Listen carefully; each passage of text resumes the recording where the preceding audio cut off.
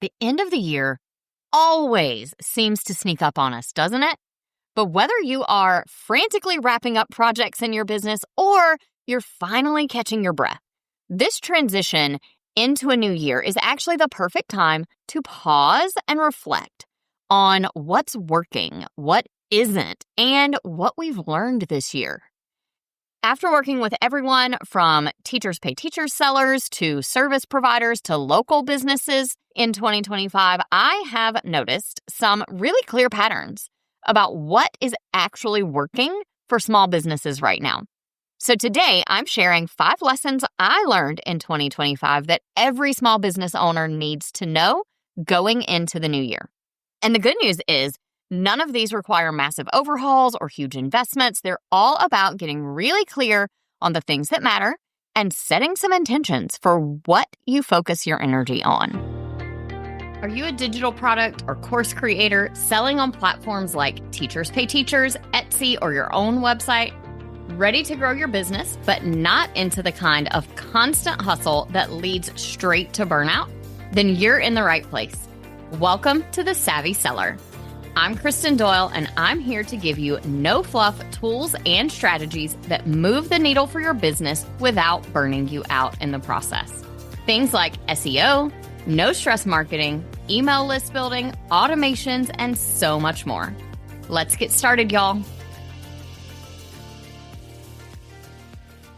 This year has taught me so much about what actually makes a difference when it comes to attracting clients, building trust, and selling your products. And those things have changed over the years. But what I noticed is that these 5 lessons kept coming up over and over again across every type of business that I worked with. Lesson number 1, first impressions matter now more than ever before. Now, I have said for years that you really only have a few seconds when people land on your website to reel them in. That 3-second test is more important than it's ever been for a lot of reasons. One of those is that people's patience and their attention span is shorter than it has ever been. We are tired. We are all exhausted. We are pulled in a million directions, and our focus is just not there like it once was.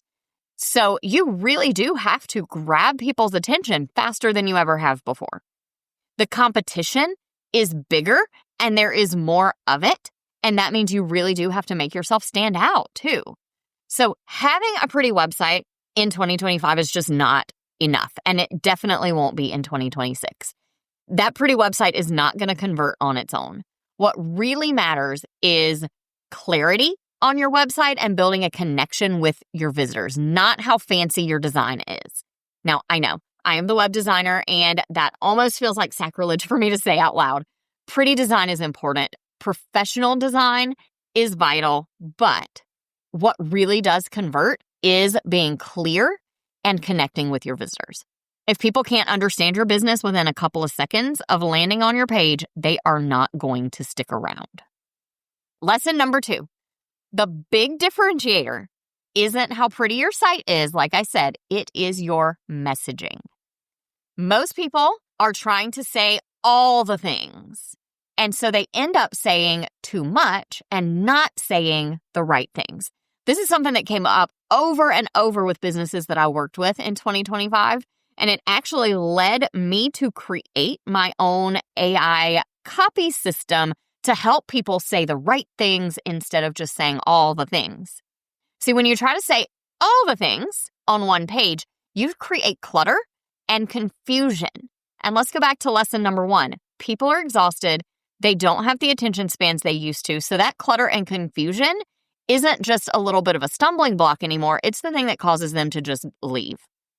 So when you get really clear on your messaging, that makes everything work better immediately. I had a client. We'll call her Jennifer. Jennifer came to me with a beautiful website. It had a modern design. It looked great, to be honest. But the homepage was just very scattered. Products here, blog posts there, opt-ins all over the place. And it just didn't have enough focus. And when she came to me, what she said was, we redid this and I love the way it looks, but it's not working and it feels like it's all over the place. And so what we did is we redid the homepage with focused copy, targeting her specific audience and guiding them down a very clear path. And she emailed to let me know that she almost immediately started getting more leads from her website. So that's just one story to show you the power of cleaning up your messaging and really getting clear and straightforward in what you're guiding people to. So maybe you're wondering, then what does my messaging need to say? There are 3 main things that your messaging needs to clarify: who you help, how you help them, and if you have one, what is your signature method or your framework? What is that thing that makes you different from other people? And then, of course, how can people get started? All right, lesson number 3. This is one I think I've talked about before on the show. It is that, especially today, people connect with businesses that feel human. We're in this age of AI where people are constantly questioning if anything is real. I don't know about you, but even just pulling up social media, I see images and I wonder if that's even a real picture. Where we used to see an image and think, oh, well, there's a photo, so it's real. Now we have to wonder if that's even a real photo or if it's totally made by AI. In this age of questioning what's real, small businesses can really thrive by letting your unique personality, your unique method, whatever it is that makes you authentically you, show through. Generic websites that look like everyone else just blend in. And then there's no reason for someone to buy from you versus the competition, or to use your services versus someone else. So what is really working right now is putting your authentic, unique self out there. Being quirky if that's you. Letting things be just a little tiny bit messy sometimes. The takeaway here is your website really needs to feel like you, not like some template that tons of people are using, and not like some watered down version of you trying to sound like everyone else in your niche because you think that's what's professional. See, it really helps clients to feel safer hiring someone who is clearly a real person doing their own real work. Now, I am not saying that that means you have to do everything yourself. We are all experts in our own thing. And it's okay if your expertise isn't marketing or copywriting or branding or web design. But when you hire that expert to help you look polished and professional, make sure that they aren't stripping away everything that makes you you. Make sure you're working with someone who is going to bring out that uniqueness instead of trying to turn it into the same thing they create for everyone else.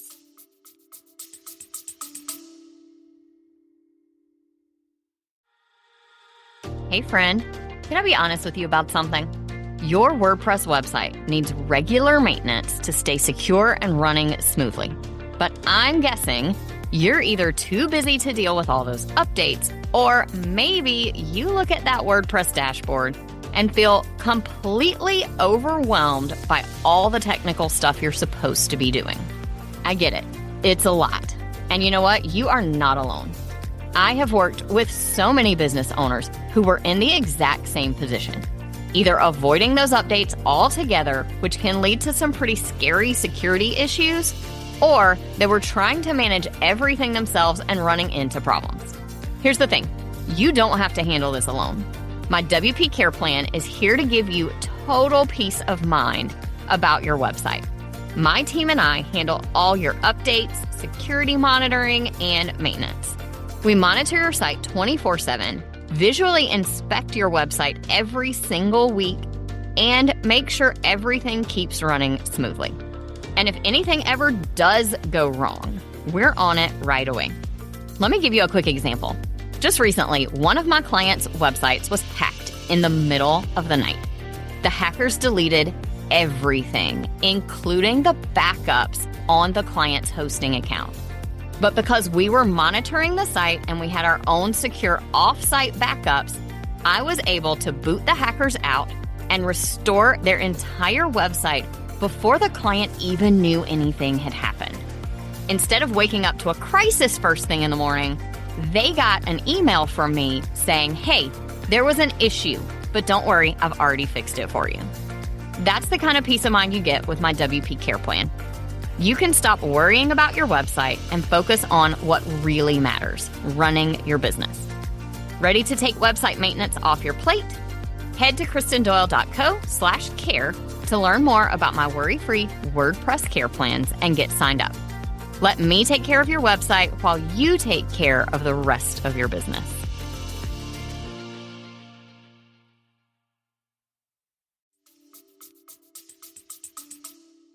Okay, lesson number 4, and this is one I really love. Confidence fuels growth. And when I say confidence, I'm not just talking about confidence in your website, although I've been talking a lot about websites on this episode. I'm talking about confidence in your whole entire business model and all the pieces of it.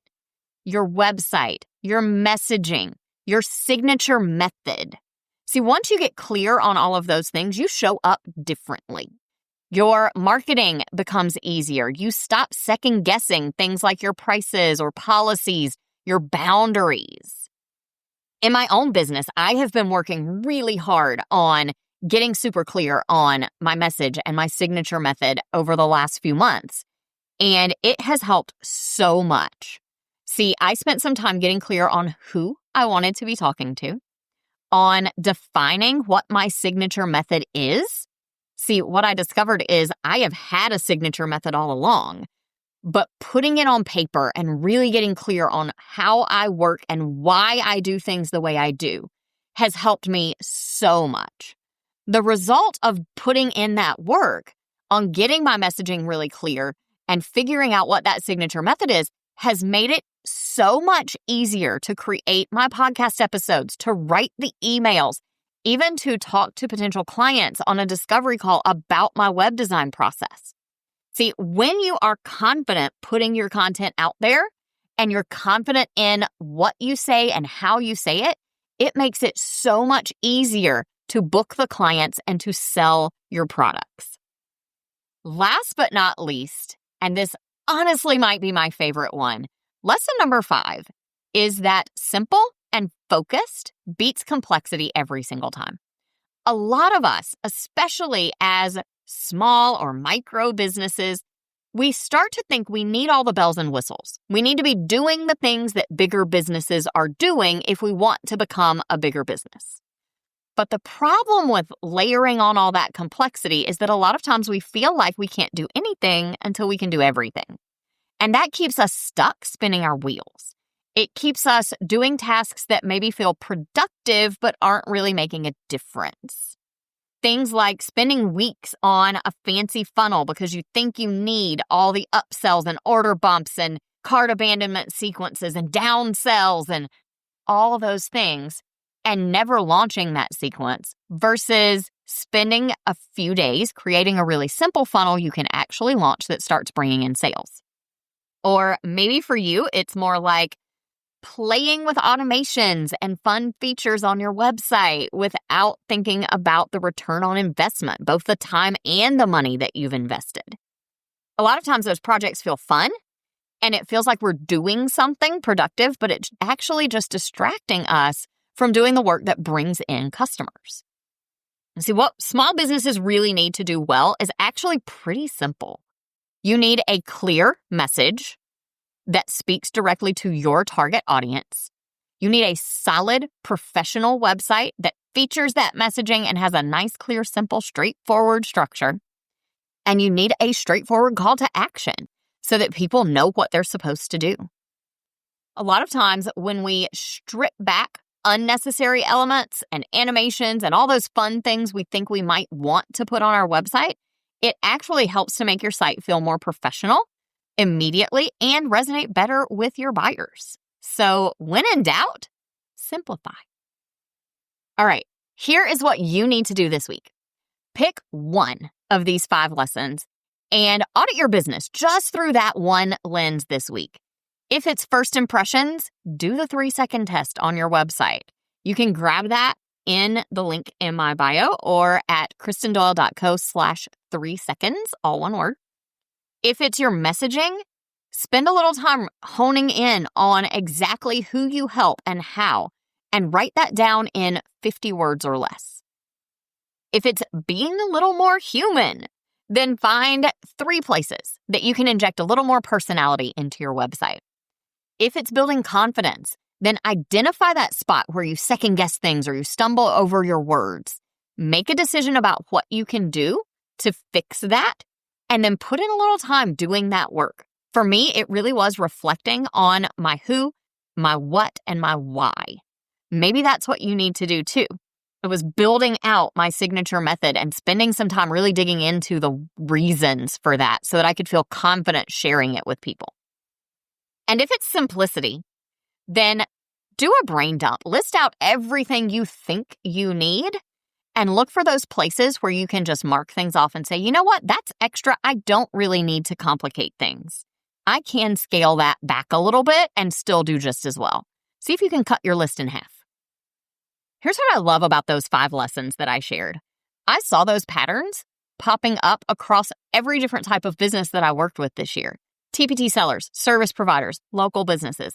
These are those fundamental things that apply to everybody, and they make the difference between struggling and thriving.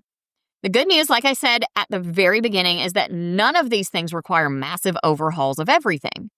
It really just requires you getting super clear on the things that do matter and setting some intentions for what you are doing, but just as importantly, for the things that you are not doing.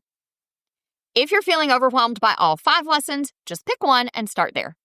And if you want to hear how I am personally applying these lessons in my own business, make sure you tune in next week. I am going to share some specific changes and shifts I'm making in my business going into 2026. I'll talk to you then. If you loved today's episode and want more where that came from, check out my everything page.